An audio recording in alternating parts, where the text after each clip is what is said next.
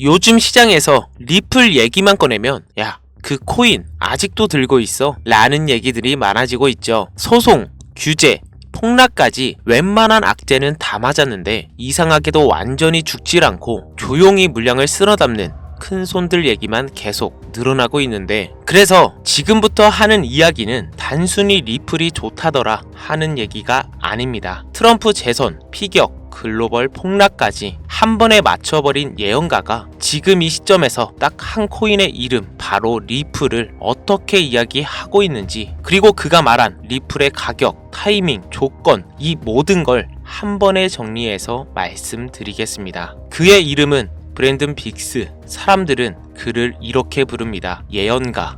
브랜든 빅스는 트럼프 유세 현장에서 왼쪽 귀 옆을 스쳐 지나가는 총알, 무릎을 꿇고 기도하는 트럼프, 그리고 그 뒤를 덮치는 미국의 붉은 물결. 이 장면을 재선 시도 얘기조차 나오기 전인 2023년에 영상으로 먼저 꺼내놓은 사람이 바로 이 남자입니다. 그리고 실제로 트럼프는 총탄을 스치듯 피했고 다시 미국 대통령이 되었는데요. 그 직후 미국과 전 세계 증시는 코로나 이후 최대 폭락을 맞았습니다. S&P, 나스닥이 동시에 무너지고 미국 국가 신용 등급까지 하향 조정되면서 미국 국채도 더 이상 완벽한 안전자산은 아니다 라는 말이 당당하게 뉴스 헤드라인에 찍히던 시기였죠. 이 모든 흐름을 미리 입 밖에 꺼냈던 사람, 그리고 미국 투자자들이 가장 예의주시하는 이름이 바로 브랜드 빅스입니다. 브랜드 빅스는 미국 오클라호마 출신의 목사이자 예언가입니다. 본인이 본 미래를 사람들에게 전하면서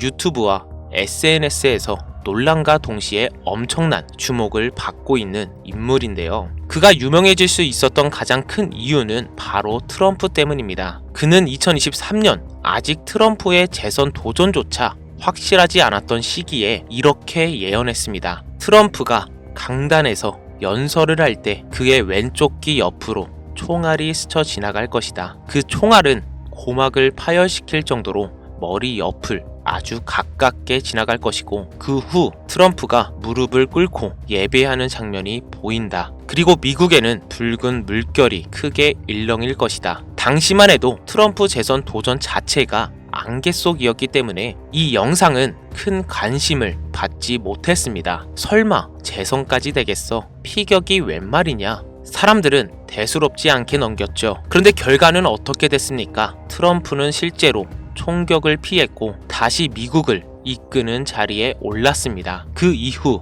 미국과 전 세계 증시는 충격적인 폭락을 경험했는데요.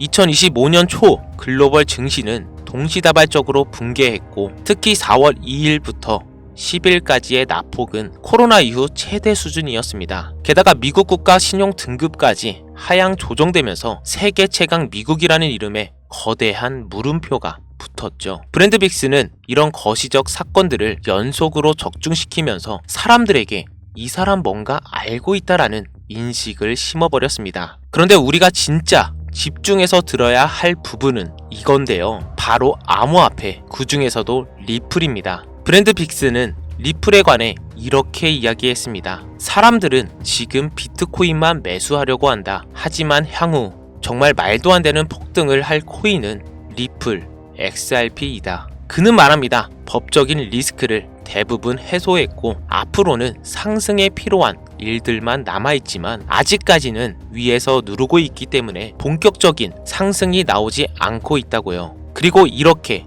덧붙입니다. 트럼프 행정부는 리플을 작정하고 올릴 것이다. 그들은 이 일을 아주 오랫동안 조용히 꾸준히 준비해왔다. 그의 비전 속에서 리플 옆에는 3000이라는 숫자가 떠있다고 말했습니다. 이게 3000달러를 의미하는지 3000%를 의미하는지 나도 정확히 모른다. 하지만 분명한 것은 3000 정도의 변화가 리플에서 일어난다는 것이다. 지금 리플은 3달러도채 되지 않은 가격입니다. 그런데 숫자 3000이 달러인지 퍼센트인지는 모르겠지만 어쨌든 이 한 예언만으로도 부의 재배치라는 단어가 전혀 과장이 아닌 그림이 머릿속에 떠오르게 됩니다. 단 한 번의 사이클에서 서민 부자들이 대거 생겨날 수도 있는 수준의 변화. 브랜드 빅스는 이걸 그냥 꿈이라고 부르지 않습니다. 조건이 만들어지는 구조라고 부릅니다. 그렇다면 그가 말하는 조건은 무엇일까요? 여기서 핵심 개념이 하나 나오는데, 시간은 날짜의 함수가 아니라 조건의 함수다. 언제가 중요한 게 아니라 어떤 조건들이 갖춰졌을 때 한 번에 터지느냐가 중요하다는 겁니다. 그가 말한 리플 상승의 트리거는 크게 5가지인데요. 첫 번째, 규제 신호. 정부, 규제 당국의 명확한 가이드라인. 이 정도면 합법이고 이 범위 안에서는 해도 된다라는 룰이 서는 순간 기관 자금은 더 이상 머뭇거릴 이유가 사라집니다. 두 번째, ETF 승인. 이미 비트코인에서 봤던 장면, 코인 거래소가 아니라 증권 계좌로 사는 리플이 열리는 순간 유입 속도는 지금과는 비교할 수 없을 정도로 빨라질 수 있습니다. 세 번째, 기관 참여. 대형 은행, 자산 운용사, 결제 네트워크가 리플 네트워크를 실제 인프라로 쓰기 시작하는 시점, 시장의 깊이, 유동성, 변동폭 자체가 다른 차원이 됩니다. 네 번째, 실사용 폭발. 국경 간 송금, 결제, 대출, 상거래, 실물 경제의 혈관 곳곳에 SRP가 실제로 끼어들기 시작하는 순간 투기 자산에서 필수 인프라로 성격이 완전히 바뀝니다.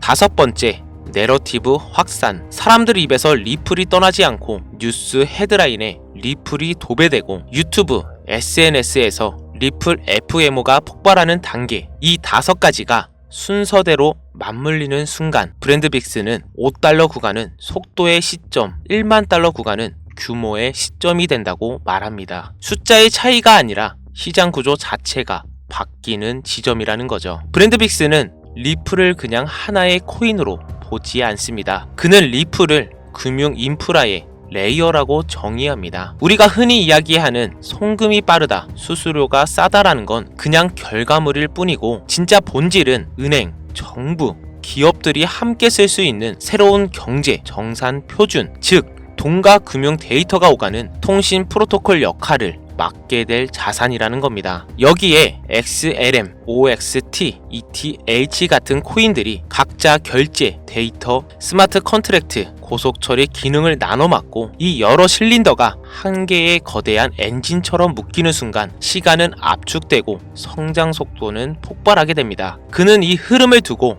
이런 표현을 씁니다. 더블 후에 더 높이. 한번 계단을 올라선 뒤 잠깐 조정이 오고 그 다음 계단에서 훨씬 더 강한 가속으로 다음 레벨을 치고 나가는 구조. $50,000는 속도의 시점, $10,000는 규모의 시점. 이 두 구간은 단순히 가격이 많이 올랐다가 아니라 리플이라는 자산의 역할과 시장 구조가 완전히 재평가되는 구간이라는 뜻입니다. 자, 여기까지가 브랜드빅스가 보는 리플의 큰 그림인데요. 그런데 여기서 진짜 소름 돋는 이야기가 하나 더 남아 있습니다. 브랜드빅스는 리플에 대해 이렇게만 말하고 끝내지 않았는데요. 2025년과 2026년 리플의 가격이 어떤 변동을 거치면서 어느 구간에서 상승이 터지고 어느 시점에서 큰 폭락이 나오고 그 이후 반등은 언제 어느 정도까지 나오는지 심지어 날짜 단위까지 콕 집어서 상세하게 코멘트한 영상이 하나 있었습니다. 말 그대로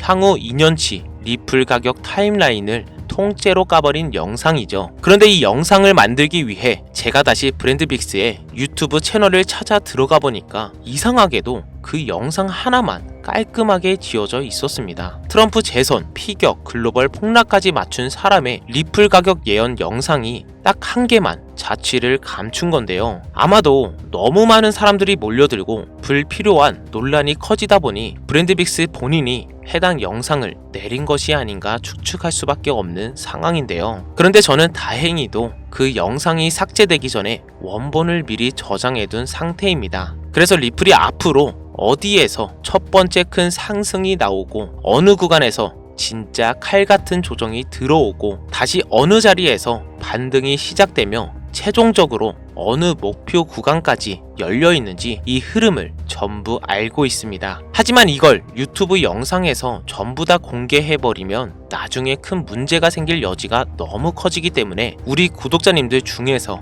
정말 필요하신 분들께만 보내드리도록 하겠습니다. 화면에 보이시는 번호로 문자를 보내주시면 제가 사칭범인지 아닌지 먼저 검토하고 리플의 모든 것을 보내드리도록 하겠습니다. 문자는 리플이라고 한 단어만 보내주시면 되시고 카카오톡이나 전화 말고 문자로 보내주셔야 검토가 가능하니 꼭 참고해 주시길 바라고요. 당연히 돈은 절대 받지 않습니다. 유료 리딩방 그런 거 전혀 아니니 걱정 마시고요. 그냥 제가 먼저 봐버린 정보를 조용히 나눠드리는 정도라고 생각해 주시면 될 것 같습니다. 자, 오늘 이야기 정말 믿기 힘들 수도 있고 어떻게 보면 너무 과격하게 들릴 수도 있습니다. 하지만 이 시점에서 굳이 리플이라는 이름을 반복해서 언급하고 있다는 사실, 이건 투자자 입장에서 한 번쯤은 진지하게 생각해볼 만한 신호라고 보고요. 이번 사이클만큼은 정말 한번 제대로 준비해 보셨으면 좋겠습니다. 자, 그럼 이제 영상 마무리하고 지금까지 2%였습니다. 감사합니다.